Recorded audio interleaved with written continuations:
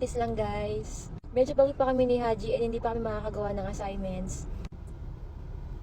Dami namin ganap hanggang May 1. Sa ngayon, ayan na muna. Marami akong nagawang mga ganyang look before. Itong video ko na to, hindi ko pa na-upload. Sobrang tagal na yan sa draft ko. So, ayan na muna guys. Maganda naman yung video ko na yan. Maganda rin yung costume ko na yan. Pero, abangan nyo yung gagawin ko na yan. Siguro after May 1 na lang.